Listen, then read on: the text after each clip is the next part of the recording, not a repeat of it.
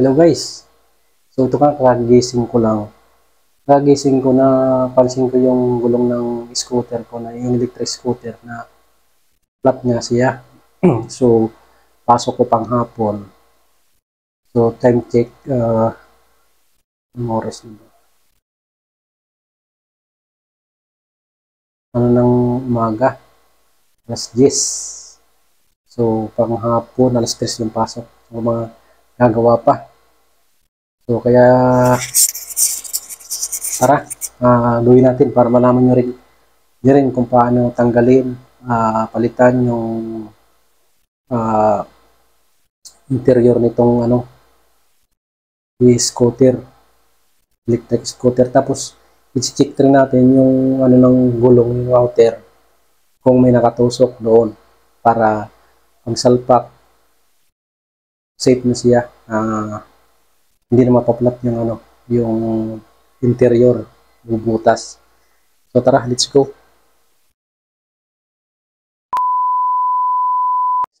Ito, flat nga, oh, lambot.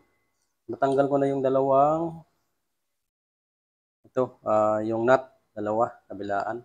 So bakit nagkahiwalay yan?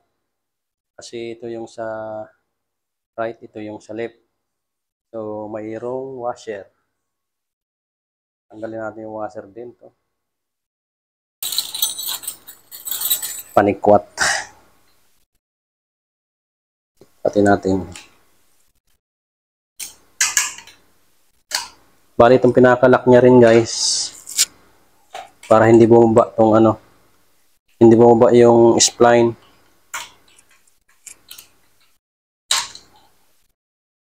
Ang ganda ngayon. Tanggal na.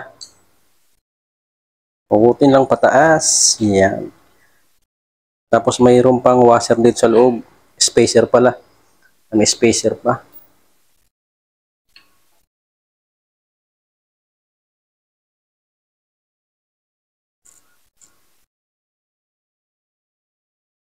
Ilalim natin to. Yan.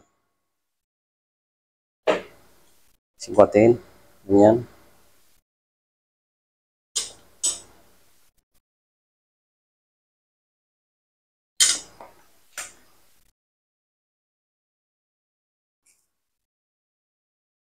Nag-metal to metal siya eh.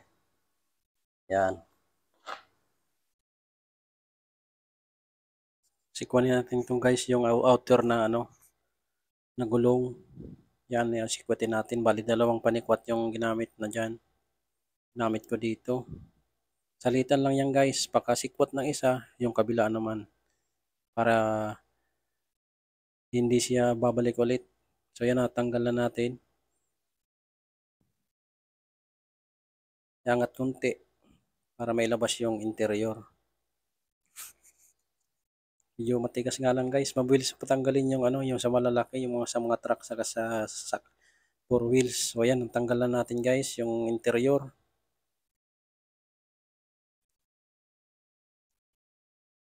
Tapos check natin yan guys kung saan nabutas. Kapain ko muna yung loob para malaman yan. Check na natin to di lagyan natin ng hangin para malaman kung saan yung butas nitong interior. Kung magagamit pa ba o hindi na. Pero magagamit pa to guys kasi maliit lang yung butas sigurado.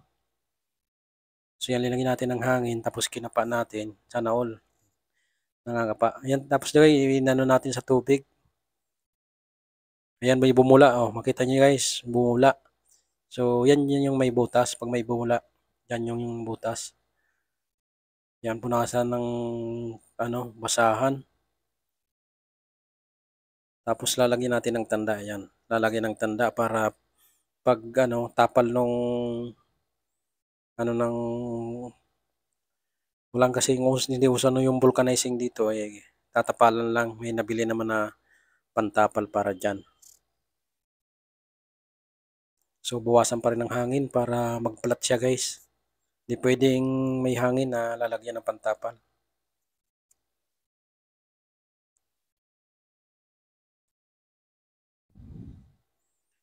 So ito lang yung kalaban dito guys sa scooter, yung flat.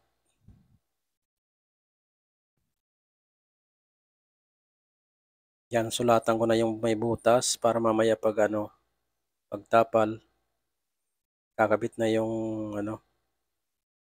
yung tawag doon, kakabit doon sa butas. So ito guys yung pamalit natin, bago yung interior. Pero palitan ko na rin yan ng pang-labas para pareho bago. So hanginan lang din ulit to na bago para ma-check kung may ah, butas ba o hindi. Kasi minsan guys may factory defect yung mga na ilalabas na produkto gaya nitong gulong, interior. So parang okay naman. So check pa rin natin guys, i-ano natin sa tubig ilublob. So yan guys, okay naman. Wala man namang bumula. Punasan tapos ikakabit na natin yan guys. Tatanggalin na muna ng hangin. Yan, tanggalin natin ng hangin para mas mabilis may pasok doon sa panglabas na gulong.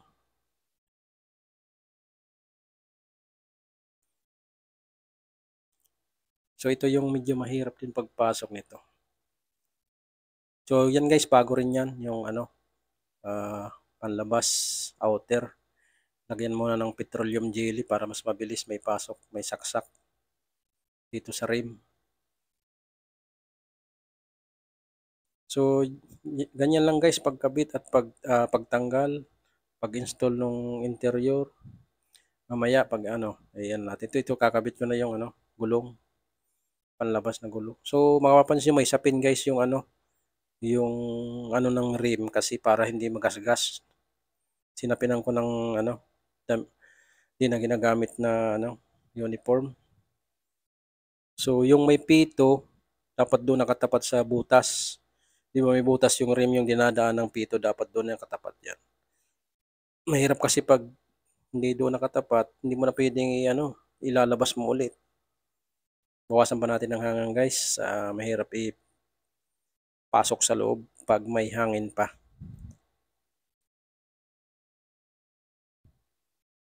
Nawasan pa natin ng hangin.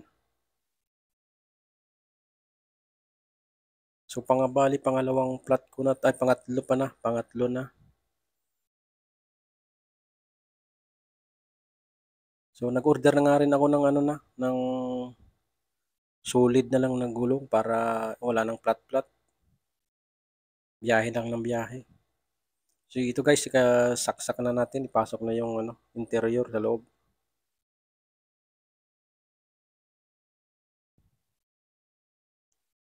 Para mas madaling gawin talaga dapat nakataas yung nasa taas. Kaysa dun sa nakaupo ka na mas walang buwelo.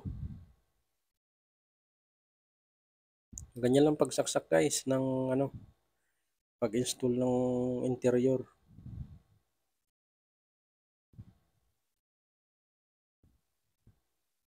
So isinasaktan natin yan yung yung pito, yung sinasaksakan ng panghangin para bago may pasok lahat yung naisaksak na. Mas mahirap pag hindi pa naisaksak. So yan guys, napasok na. Okay na, na lang, i-adjust pa ng konti.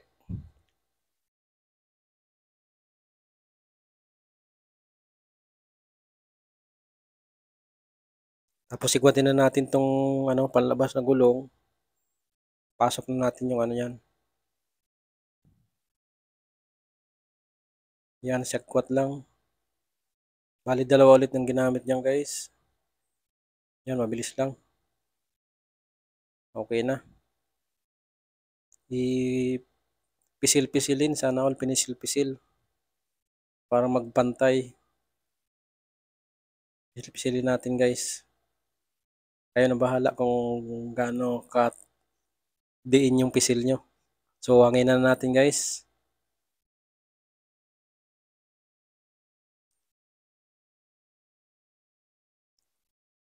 Huwag kalimutan, yung isaksak ko na rin yung dyan, yung spacer, yung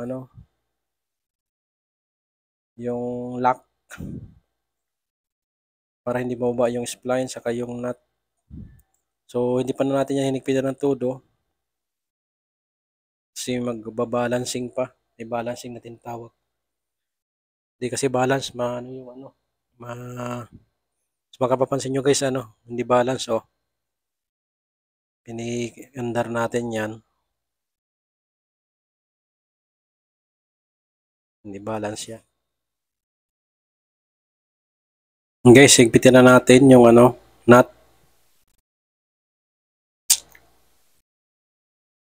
So ito na guys, tapos na siya. Naka-ready to biyahe na naman ulit. Bilis lang gawin guys.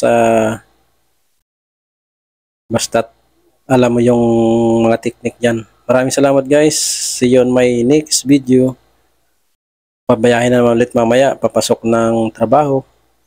So ito lang yung gamit natin. Scooter, electric scooter. Walang gasolina. Libre sa parking. Kailangan lang ng helmet, gloves.